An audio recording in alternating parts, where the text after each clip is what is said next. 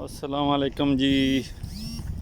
अभी आपको विज़िट कराते हैं यहाँ वादी अस्फ़ान में एक कड़वा कुआं है। जब नबी पाक ने वहाँ पे स्टे किया था तो इस कुएं का पानी कड़वा था, तो उन्होंने इसमें लब डाला तो इसका पानी मीठा हो गया था।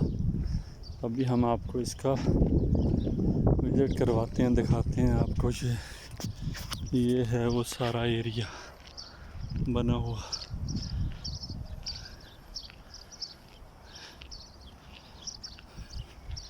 ये कुएं का बना हुआ रास्ता बना हुआ यहाँ से। ये कुएं की सीढ़ी बनी हुई है, देख रहे हो, नीचे जाती हुई है। आगे से कुआं दिखाते हैं। ये एक कुआं सूखा हुआ है, इसको पानी पत्थरों से मट्टी से भर दिया। दूसरा पानी वाला कुआं उस साइड पे है, उसका पानी जो है ना अभी उसको भी बंद किया हुआ, बस थोड़ा सा रास्ता छोड़ा हुआ है।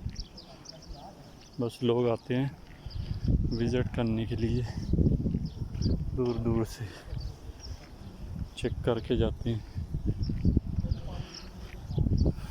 अभी हम आपको इस कुएं के पास लेके जाता हूँ, देख लेना आप लोग वो कुआं। उसका पानी तो अभी इतना साफ़ नहीं है क्योंकि लोग यूज़ नहीं करते।